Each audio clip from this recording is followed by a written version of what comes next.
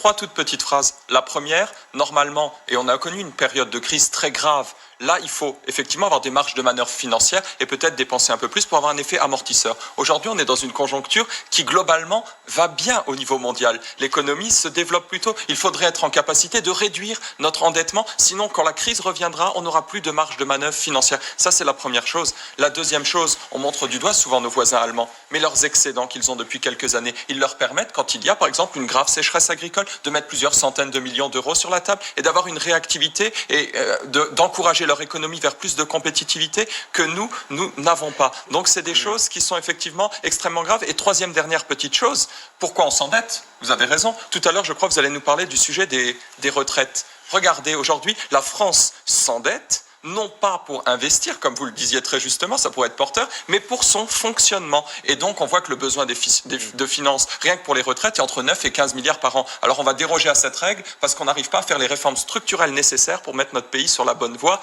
C'est peut-être Emmanuel Macron acte l'échec de son quinquennat.